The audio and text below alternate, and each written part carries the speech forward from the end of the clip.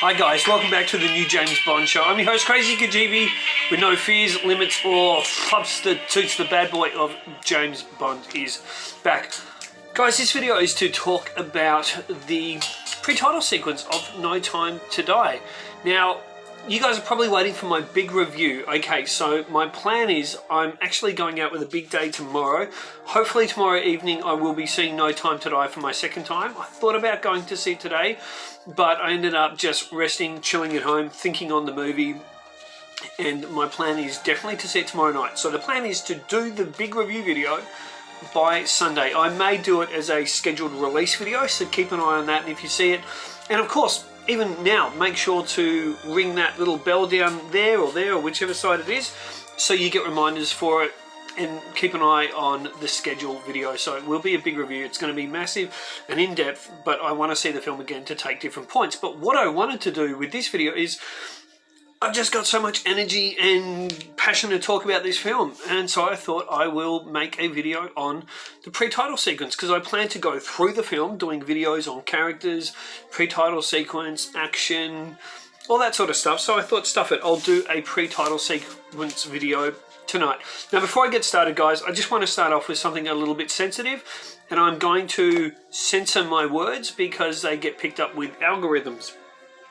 I just want to say this, and I'm hoping everyone out there can agree with me no matter what your persuasion, okay? I'm not going to harp on this, I'm just going to get to the point. To those that take a jab or those that don't, it's everyone's each individual business. I just find it absolutely abhorrent to go to a cinema and for anyone to be asked for their medical files, to be asked if they've taken a jab. It is disgusting. This is the world we're living in at the moment. And whether you agree with taking it or you don't, I think we can all agree that segregation is disgusting. It's like what happened in Africa, apartheid of blacks and whites. It was disgusting. Racism is disgusting. Medical apartheid is disgusting. And I think we all need to write to our cinema managers, guys, what, take you half an hour. Write a heartfelt letter, whether you agree with taking the jab or you don't, and let them know that even if government mandates these things, these jabs, that they should not be following along with this. Just like cafes, restaurants, etc. should not be following along with it. And if people think, well, I want to be safe when I go to a cinema, well, I'm going to ask you an honest question. And this is fact, it's science, it's from their websites themselves. These jabs do not stop transmission. That's a scientific fact. That's on their website. They don't create immunity. So what are they? They're not a vaccine. They're not. They're not. A real vaccine has a weakened form, a live form of the virus, weakened form of the virus in them. So antibodies build up and attack them. These don't. Ask yourself why. So if they don't create transmission. Stop transmission. They don't create immunity. So what do? Apparently they help with symptoms. Yeah? So does taking some Panadol, some zinc, and some sleep, or other things. So that's what I want to discuss, guys. So whether you've been duped into take them or not, please write to your cinema and tell them to stop the segregation, that you've had enough of it. It's just, it really is so offensive. Second thing I want to note, now getting into James Bond, my mini review yesterday upset some of my subscribers, and I had a whole bunch of people unsubscribe and drop some downvotes, etc. Guys, we're human, and we need to be honest in the time that we're human, you know. We've got to be honest. I love the film. I love the film, and I put this to you guys. I ask you all this. If you weren't the James Bond fanatic you are, and you sat down for, 163 minutes, and you watched the film, 164 minutes, and you watched the film, would you see it with bias? Would you see it like, and this is containing spoilers, guys, so would you see it, so I'll just warn you guys, if you don't want spoilers, please turn off now.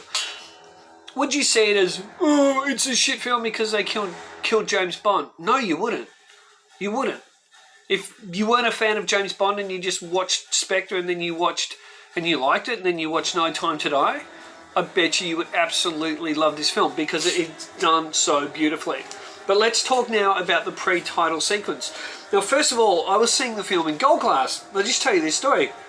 And I had no sleep, and I woke up, and I'm like, ugh, and I had to wake up and went down there, and I had this, as I mentioned before, espresso martini coffee. And I'm drinking this coffee. I'm like, oh, this will wake me up, and it was real good, or the martini coffee. Anyway, prior to that actually, I'm sitting out there, and I'm like, when are they going to come over and, you know, do my food order and drinks order, etc. like that? And then I hear, oh, the guy comes over, and he serves me, and then he goes up, and then I hear, roar, the big roar of the lion.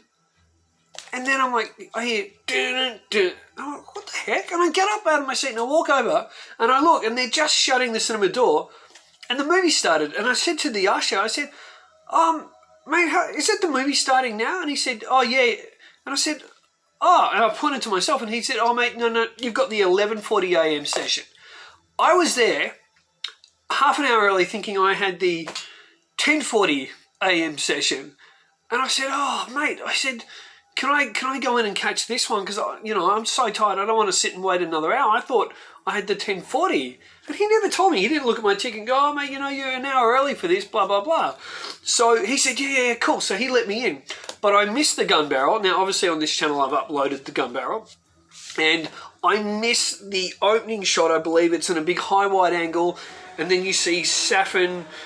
The camera comes down, apparently, I think, and then comes behind him. This is more stuff I've seen of the making. So I missed that initial reaction, and by the time I got in there and sat down, the scene was Madeline, little Madeline, young Madeline, and I thought she was cast so well. There she is with her mum talking, and started reading the subtitles, and I thought, oh, they're pretty, yeah, okay, this is really good. There was an authentic vibe to it. It just kind of, it felt real to me, especially, yeah, with those subtitles. And I thought, oh, this is really interesting. And then suddenly, there's Safin outside the window. I'm like, ooh. And I heard that, you know, there was going to be a real creepy vibe for the PTS, for the opening PTS. And yeah, there certainly was this really creepy vibe. So Kerry Fukunaga has brought the horror aspects because he actually was the writer of the feature film It, the new one they made recently. Now, he was also going to direct it, so I think he had a very strong visual style for what he wanted, but he had a fallout with the producers. Not a bad one, just basically, I think, creative differences, and he ended up leaving that project, but he was a writer on it. So I was hooked. I was really hooked. I'm like, oh, this is interesting. And then they showed him walking through. But the part I absolutely loved, and I'll tell you one thing, I think the costume design, even the colour jacket on the little girl, but especially Safin, I don't know what brand it is, but the big like ski jacket he's got with the fluff around it, and the no mask, and him like this standing there with the gun, it is such classic imagery. It really is. I think it's going to go down, you know, in 10, 20 years as classic James Bond history on such a visual, stunning level. And what I haven't told you guys is too that I love the film so much that afterwards I went and I bought this. I'm not sure if I told you. So I'm doing a review on this. Should be Tuesday. I'm doing the soundtrack review. Okay, so that's coming up. But what I went and I tried to buy, the bookshop didn't have it, but I've ordered, hopefully within a week it will be here, I've ordered the making of No Time to Die book. It's going to cost $79, but I reckon it's going to be $80. Well worth it. So I'm really looking forward to that, especially on a visual level, looking at it all. So the costume design, the production design, everything just had me. And the cinematography and the use of sound and use of no sound had me. But what I loved so much was when Safin comes in, the way he could have just been maybe more chilling, as in if he said nothing. But I actually loved the fact he talked. And he was so honest to this half-pissed drunk woman. I think she was smoking from memory. And, you know, then Madeline's hiding. And then we cut back to him and he's like, your husband killed my parents, blah, blah, blah, blah, blah, whatever it was. Damn, that was good. That was good. But here's one thing I really want to comment. This is my view, and I'd love to know in the comment section if you guys agree with me. Now, I heard that this film was brutal, that this film was really violent. Now, recently I've just watched Django Unchained again. It was on TV the other night and I got hooked watching it. Great Tarantino film. Now, that's a violent film. So everyone's hyping up going, this is really violent. And I won't go into some other scenes, what happens with the violence later. We'll get to that when I do those videos. But when Fukunaga decided to cut away, so he's cut away when, and again, spoilers here, guys, when Safin shoots Madeline's mum. He's cut away. I didn't like that. I didn't like that. I think we needed to see that. I think we needed to set up the character right from the get-go as much as possible as a psychotic guy that's really in here for revenge. And that he's, because if we see that visually, and we see like bits of the doona or whatever, I think she had a doona cover over her, if that's shot up and bits of blood, and then the body just pumping with bullets, I think we needed that brutality. I really do. Now, obviously, the films have to compete with ratings. I get that. But I don't think it was going to go and get, you know, an R+ rating or whatever like that. Crazy stuff where only 18-year-olds and that can get in. There's no way that would have happened. But I just wanted more brutal violence there. And then we see Madeline get the gun and she shoots him. And I've heard from other people, oh, there's cheers. And everyone's like, yeah, she shot him. But again, I wanted to see a bit more brutality. I liked the way it was done. He drops down. Excuse me. Then the camera's over him. And we see him just lying there. And then we cut to Madeline. I don't know why she's dragging him out of the house. I would have thought that a little girl like that that's gone through that would have checked he was dead. Like, that's what I think she would have done. So I think maybe, this is just my agenda, and I can't help it being a former, so I call it a former filmmaker and a creative. Maybe even if she's dragged him out, I would have had her stand over him. She's reloaded the gun, right? Or she's gonna shoot him and maybe the gun jams, or she's trying to fix it. And then the camera's over her hand, and then we pull focus. The gun goes blurry in the frame. We pull focus onto his face, and then he goes like that with that breathing thing, and he's awake. And there's like, oh shit. And we're in that one moment, and then she runs like hell, and he chases her. But what I would have actually done is I would have done that, but I would have done it inside the house, because it would make more sense then for her to finish him off, make sure he's dead. But he wakes up and then she runs out of the house. And maybe she runs out of the house then without that jacket. So she's in more danger, especially when she falls into the ice. It's like, oh my goodness, if he doesn't get her out, she's going to freeze to death. But eventually, she runs out anyway. She falls under the ice. I love that bit where he's looking at her eyes, you know, she's looking at him and she wants out of there. He shoots. Wow, I think it was beautifully done. It's some really nice shot composition there. However, guys, if you look at the trailers and you go back and you have a look at the like making of scenes and all that sort of stuff, there's a lot of stuff that's been cut out because we don't, from memory, we don't see him running along. And behind the scenes stuff, there's so much footage of him running after on that ice. So I think they've cut a few things out because you really only get the impression he's kind of at a pace walking after her, not running so much.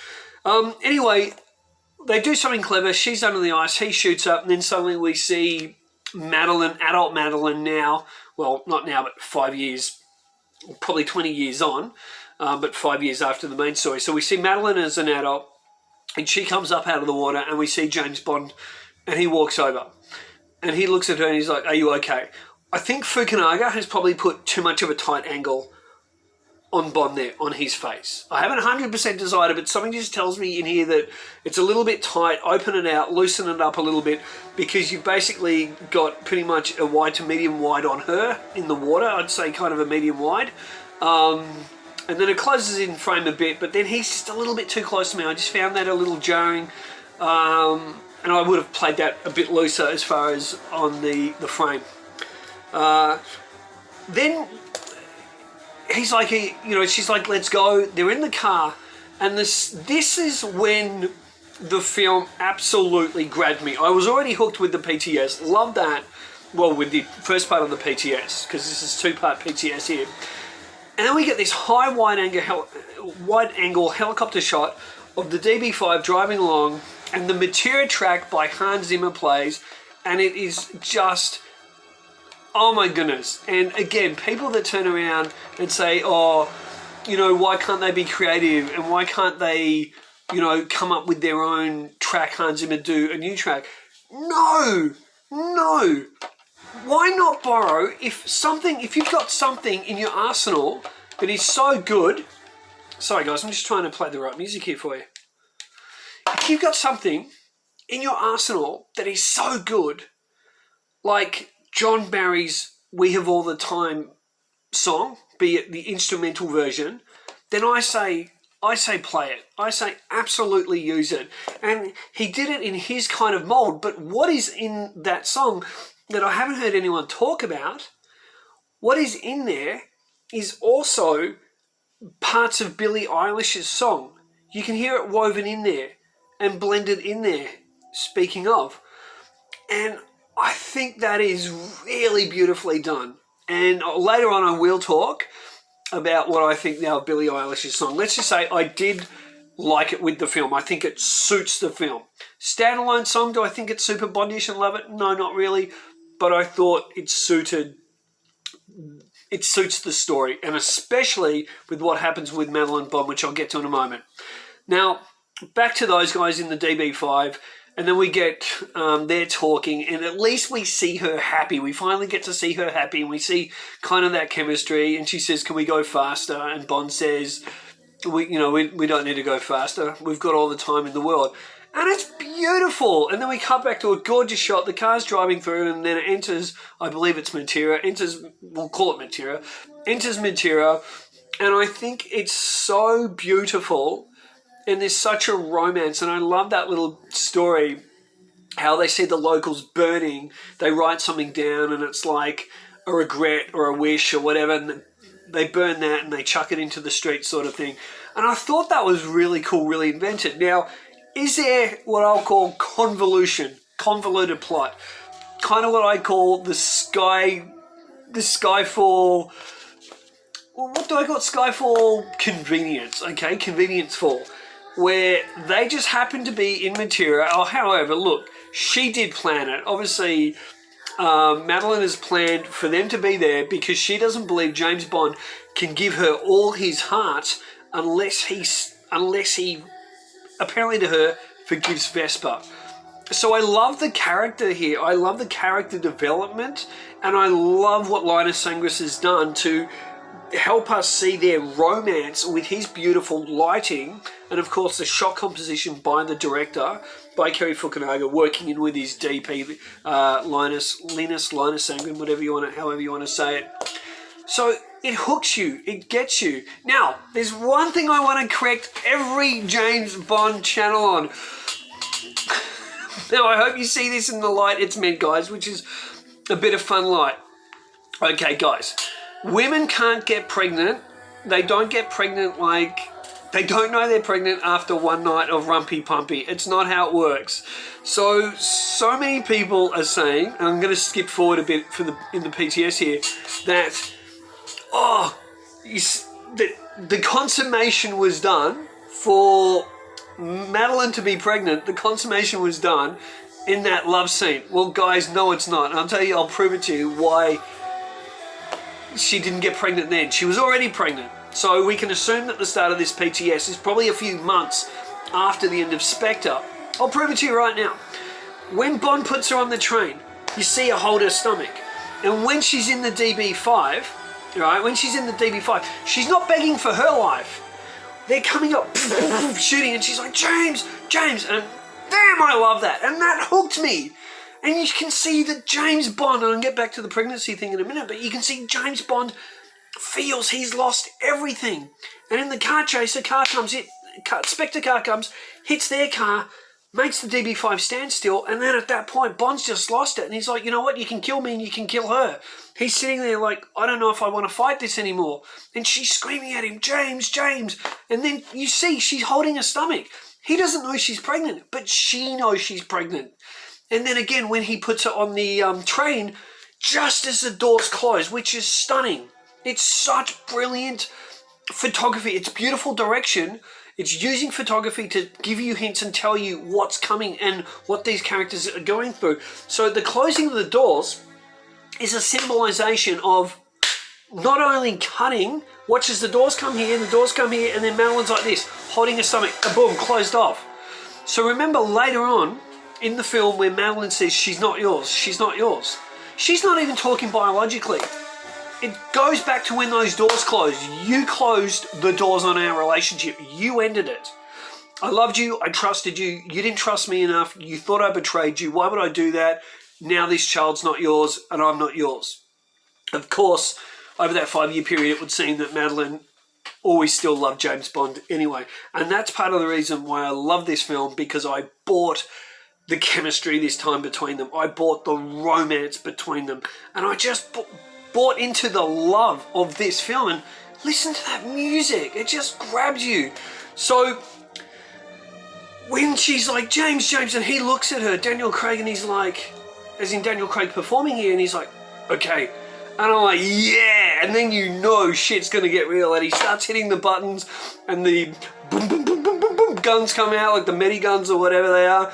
They come out of the front headlights and it is on. What I would have done there, I personally would have liked to seen a cutaway of his foot on the pedal and a bit more clear when he presses a button, being able to see the writing of what's coming out. If we'd just seen, if they showed you a little cutaway to minigun or minigun, and you see that, you'd be like, oh, and then he hits a button. That's what I would have liked to have seen.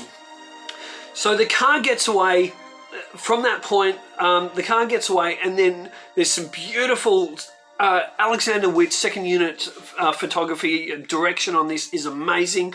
Now, one thing I didn't really like, guys, I wanted more car chase. I actually, after that point, when the miniguns come out and all that, either show us a lot of the bad guys dead, show us them dead or killed or injured, right? But then when James Bond cars escapes and then he does the skid into the train station, I just don't think that's realistic. If all those guys are after them, surely they would have given chase. But then isn't James Bond putting himself and Madeline in danger by just stopping and then being so out in the open, walking to the train station?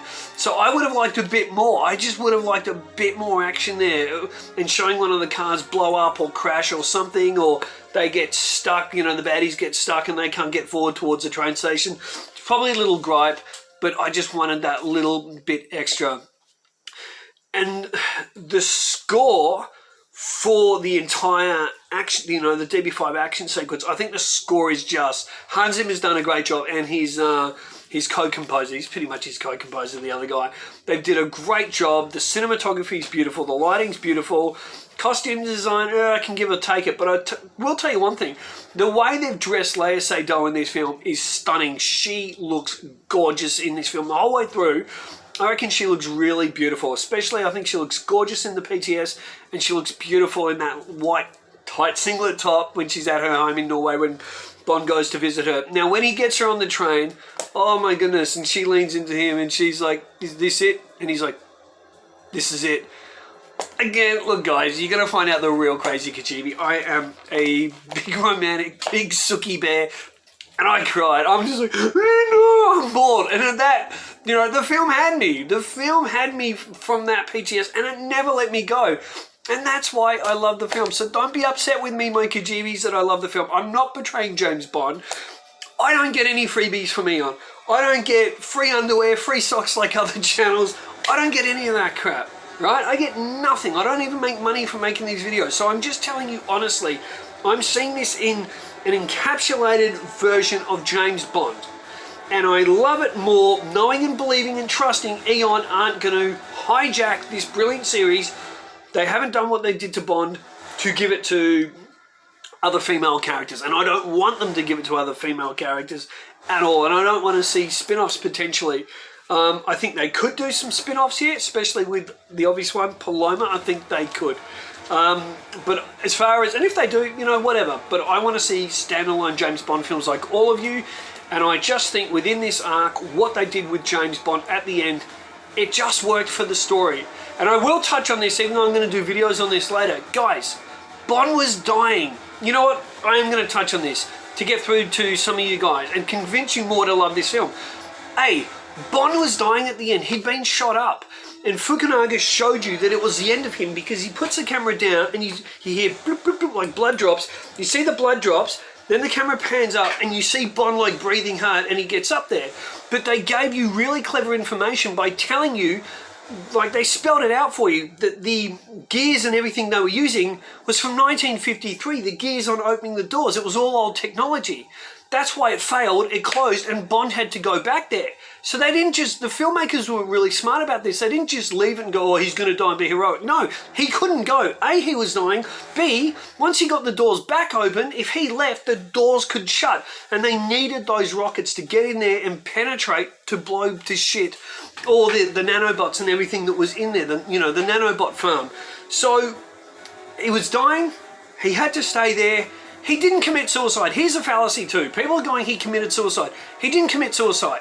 He was dying anyway, and he had to keep those doors open. So he stood there heroically, and he's got this doo-doo, poo-boo, whatever, the little bunny, which I thought was so endearing, so beautiful, and so cute. And then the rockets came down. Wow. Now, I'm not going to discuss more on that now. I'm just going to, because I want to save that for another video. But the way that was done, it wasn't suicide, guys, and Bond had to do it, and it worked for the story. Back to the PTS.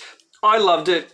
I've got to see it probably 2 or 3 more times before, I get a final ranking, and then I do maybe again soon I do a PTS ranking, so that'll come a little while later, guys. But yeah, loved it. Had me from the get-go. Great introduction into the film, and between both Kerry Fukunaga and Alexander Witt, his second unit director, they put together a phenomenal, and Linus Sangren, the director of photography, and the sound guys, everything, the editing, everything. It was really fantastic. I loved it. I think it's a fantastic PTS. In terms, I always like to put my balls on the line here, so I'm going to try and rate the PTS right now within the Daniel Craig films, not the overall films, but within the Daniel Craig films. So Casino Royale, Quantum of Solace, Skyfall, Spectre. Right now, it's my favourite. It's my favourite PTS. I love the Spectre PTS. I think that is brilliant. But this is heart, soul, performance, photography, score, 2 stories in it. Madeline's story when they're young, and then Madeline and Bond's romance story ending there. Loved it. My favourite PTS of the Daniel Craig era. Yeah, by a mile. Didn't even have to think about that one much. So I'd love to know, guys, in the comment section below, what did you guys think of the PTS for No Time to Die? And how would you score it? How would you score it out of 10? Right now, I'm giving it a 9. I'm giving it a 9 out of 10. Because it hit me so emotionally, and had me, that was the start of the blubbering. And the only thing that helped that blubbering was that beautiful espresso martini they brought me in. And I drank that sucker. Oh, espresso martini. I want one now. All right, guys, till next time. I've been Krazy Kajeevie. Keep on bonding. Say hi to your mum for me. And don't forget to like, subscribe, and all that fun stuff. See you next time.